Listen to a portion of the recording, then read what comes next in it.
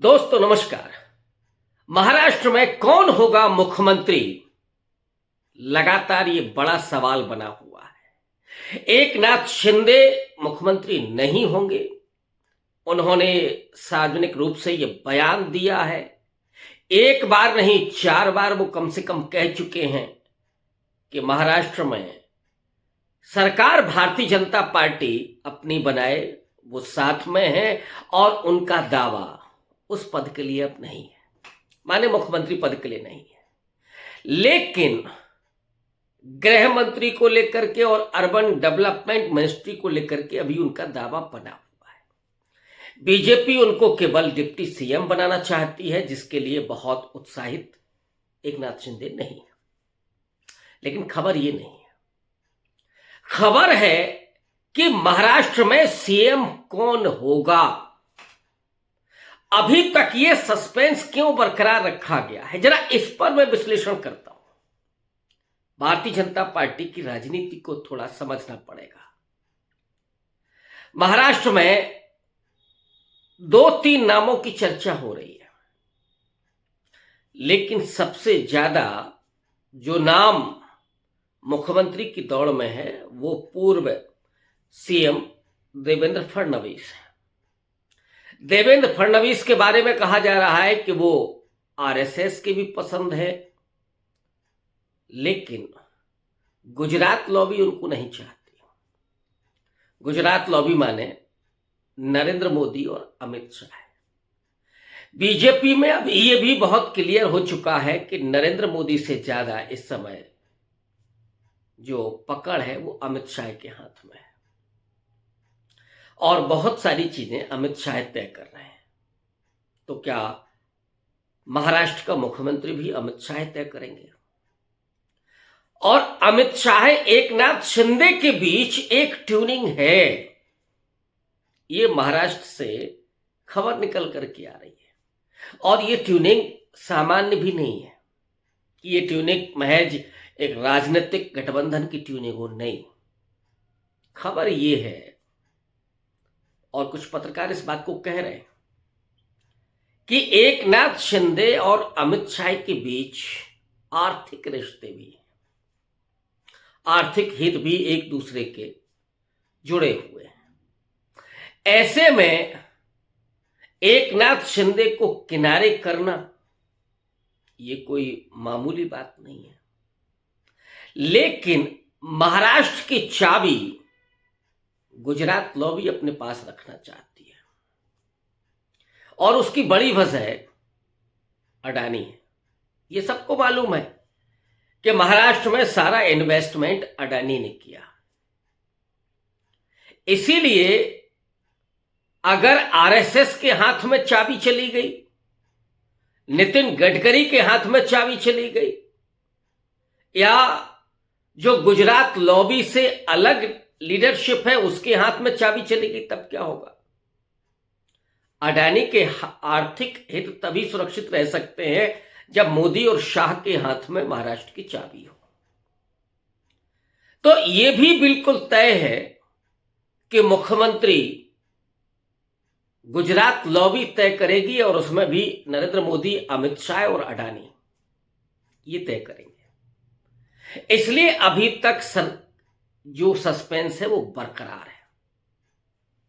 अब ये भी लोग कह रहे हैं कि अडानी के साथ क्या देवेंद्र फडणवीस के रिश्ते नहीं है, या देवेंद्र फडणवीस क्यों बाधा बनेंगे उसके लिए। सवाल ये है कि महाराष्ट्र को आरएसएस भी अपने हाथ में रखना चाहता है। नागपुर जो उसकी अपनी राजधानी है, महाराष्ट्र तब से गुजरात लॉबी को थोड़ा नियंत्रित करने के मूड में है जब से नरेंद्र मोदी 240 पे आकर के रुक गए। और इसीलिए आरएसएस अपनी आइडियोलॉजी के अनुसार भी, देवेंद्र फडणवीस पेशवाई ब्राह्मण है और पूरा आरएसएस का जो शीर्ष नेतृत्व है वो ब्राह्मण तो है ही, उसमें पेशवाई ब्राह्मण। और पेशवाई ब्राह्मण का मतलब है कि वो ब्राह्मण जो वर्ण और जाति व्यवस्था को सबसे भयानक और क्रूरतम रूप में अपने राज्य में लागू करते थे, जहां अछूतों की जो दशा थी वो जानवरों से बदतर थी। जानवर तो पानी पी सकता था किसी तालाब में, लेकिन दलित नहीं पी सकते थे। जहां अछूत की परछाई भी अपवित्र करती थी, सड़क के उस पार जाना मना था। वो बहुत सारा डिस्कोर्स है। तो आरएसएस दरअसल देवेंद्र फडणवीस के माध्यम से एक तो पेशवाई दौर को महाराष्ट्र में चाहती है और दूसरी तरफ उसकी चाबी अपने पास रखना चाहती है। लेकिन गुजरात लॉबी है तो आरएसएस ही। बहुत सारे लोग कहते हैं कि मोदी और मोहन भागवत में क्या अंतर? कोई अंतर नहीं है, लेकिन सत्ता का खेल अलग होता है। महाराष्ट्र जैसी जमीन जहां अडानी है, अडानी का हित है, उस चाबी को नरेंद्र मोदी और अमित शाह मोहन भागवत को नहीं देना चाहेंगे। तो एक तो ये परिस्थिति है। मैं सिर्फ परिस्थितियों का ही विश्लेषण करूंगा और अंत में कोशिश करूंगा उस ताले को खोलने की कि असल में वो सस्पेंस कहां जाकर के खत्म हो रहा है। अब एक परिस्थिति जो पैटर्न है नरेंद्र मोदी की राजनीति करने का, कि जिन राज्यों में उन्हें बड़ी विक्ट्री हासिल हुई वहां पर गुजरात लॉबी ने अपनी कठपुतली सरकार बनाई।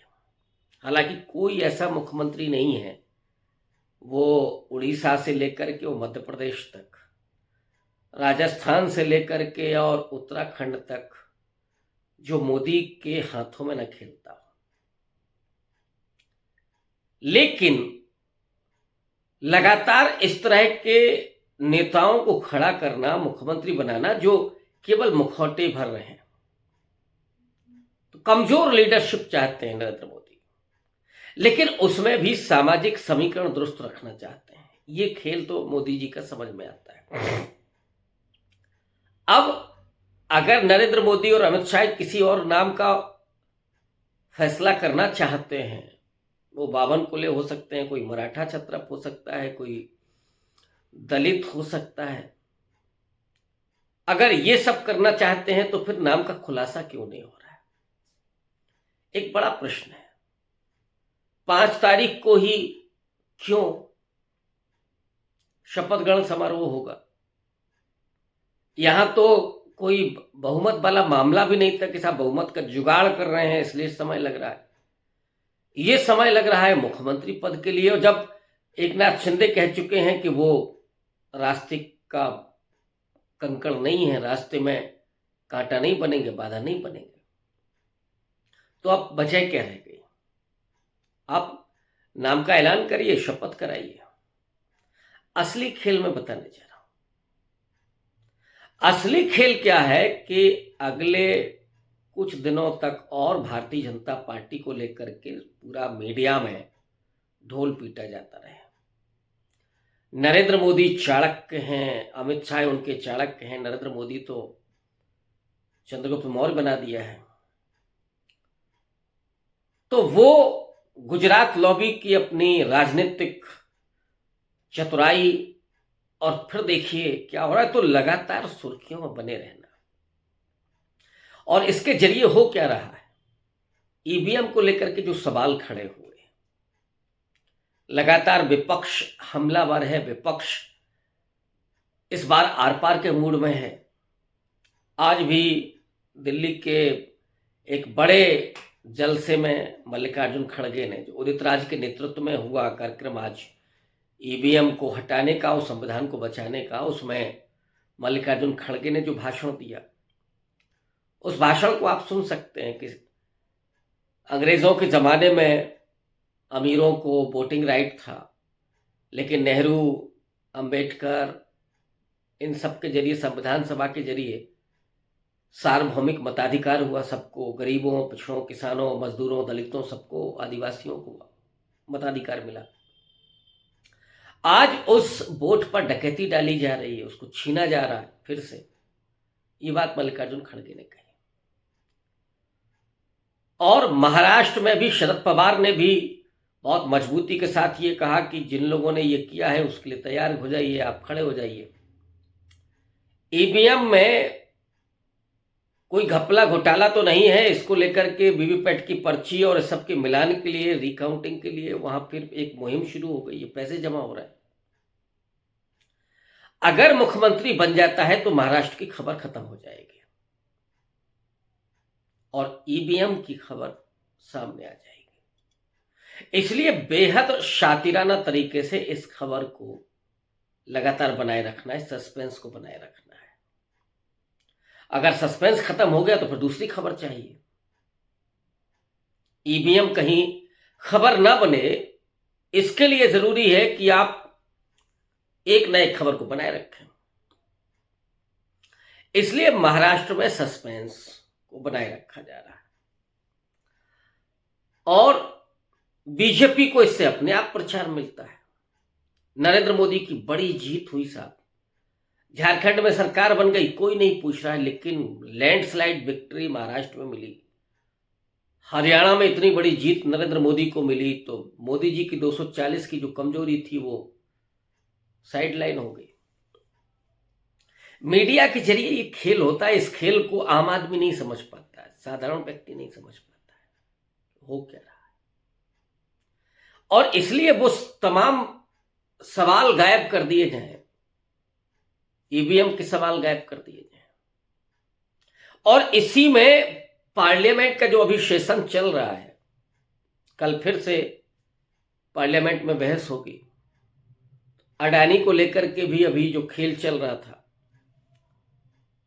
अमेरिका से जो उनका वारंट जारी हुआ, ये भी एक बड़ी खबर हो सकती थी, लेकिन वो खबर भी साइडलाइन करने के लिए, क्योंकि लोगों की दिलचस्पी इस समय महाराष्ट्र में ज्यादा है कि who will be CM of Maharashtra,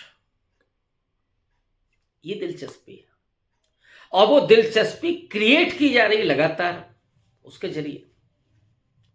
लेकिन मैं इस खबर के जरिए आपको उस प्रपंच को समझाना चाहता हूं कि ये हो क्यों रहा है, क्यों सस्पेंस बरकरार है। और एक 288 सीटों में से 233 सीटें जीतने वाली महायुति को फैसला लेने में 2 मिनट नहीं लग सकते।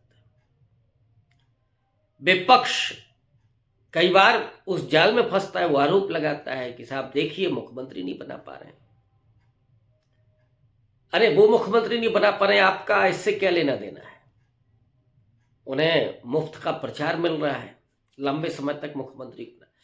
एक और बड़ा कारण है, नरेंद्र मोदी, जो बात मैंने पहले कही थी, मोदी और शाह और अडानी, में गुजरात लॉबी के भीतर उसको भी छोड़ रहा हूं, वो ये भी चाहते हैं कि महाराष्ट्र में कहीं कोई बगावत न हो, उसको टेस्ट कर लिया जाए।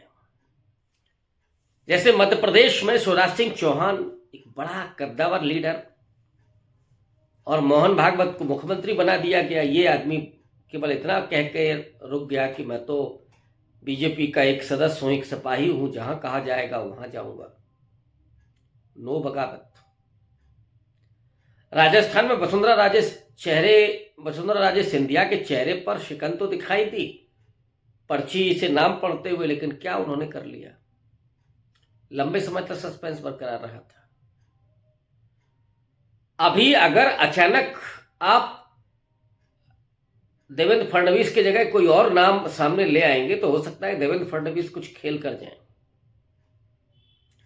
आरएसएस के साथ मिलकर के कोई बुनाई हो, नई चीज हो, तो जिसको मुहावरे में कहते हैं ठंडा करके खाना, ये मोदी और शाह से बेहतर किसी को नहीं आता। तो बाहर का ही नहीं, जो भीतरी चुनौतियां हैं, उन चुनौतियों को भी धीरे धीरे नष्ट करना और मुफ्त में अपना प्रचार करवाना। और चौथा, अडानी से ध्यान हटाना। पार्लियामेंट में जो बहस चल रही है, उस बहस से लोगों को दूर रखना, ईवीएम को लेकर होने वाले सवालों से लोगों को गुमराह करना और आरएसएस को भी कहीं ना कहीं किनारे लगाना, ये कई कारण है महाराष्ट्र में मुख्यमंत्री के नाम के ऐलान नहीं होने के पीछे। एक बात जो बराबर कही जा रही है कि आरएसएस और गुजरात लॉबी में तनाव बहुत ज्यादा है, क्योंकि मोहन भागवत लगाम अब कसना चाहते हैं, लेकिन गुजरात लॉबी उनके हाथ में नहीं आ रही है। अब जो आरएसएस खेल करना चाहता है कि उसके अपने छत्रप हों, शिवराज सिंह चौहान बेहद मजबूत छत्रप आरएसएस के, देवेंद्र फडणवीस, लेकिन सब ऐसे लोगों को बिठाया हुआ है मोदी ने जो मोहन भागवत की न सुन करके नरेंद्र मोदी की सुनेंगे। 23 तारीख को जब नतीजे आए थे उस समय एक और बात चली थी, एक नैरेटिव सेट हुआ था। महाराष्ट्र में जो बेईमानी हुई हो या सही नतीजे आए हो, लेकिन कुछ सवाल तो बहुत मजबूत हैं। मसलन 5 महीने के भीतर 67 लाख वोट बढ़ना, ये ताज्जुब है। एक राज्य में लोगों के वोट कटना, वोट नहीं डालने देना, और आखिरी 1 घंटे में कई लाख वोट पड़ जाना, ये तमाम कारण हैं दरअसल महाराष्ट्र में नतीजों के महायुति के पक्ष में आने के, जिन पर विपक्ष हमलावर है। लेकिन अचानक एक नैरेटिव चलता है कि महाराष्ट्र की जीत के पीछे आरएसएस है, आरएसएस घर घर गया, आरएसएस ने इतनी मेहनत की, आरएसएस ने करिश्मा किया, वगैरह वगैरह। मैं उसी दिन से कह रहा हूं कि आरएसएस को ये सब खेल करने में नाकामयाब है, उसके वश का नहीं है। ये नैरेटिव कहीं ना कहीं आरएसएस की तरफ से ही गया था, और इसलिए गया था कि ताकि आरएसएस अपनी पकड़ को मजबूत बना करके रखे, लेकिन ऐसा नहीं हो सका। 5 तारीख को ही पर्ची खुलेगी, ये भी आप मान लीजिए। 5 तारीख को ही मुख्यमंत्री शपथ लेगा, लेकिन न वो एकनाथ शिंदे होंगे न देवेंद्र फडणवीस होंगे, ये बहुत क्लियर हो चुका है। और आरएसएस चू भी नहीं कर पाएगा, ये भी तय है। ये मोदी और शाह और अडानी का खेल होगा, मोहरा उनका होगा और मुंबई उनकी होगी, महाराष्ट्र उनका होगा। शुक्रिया।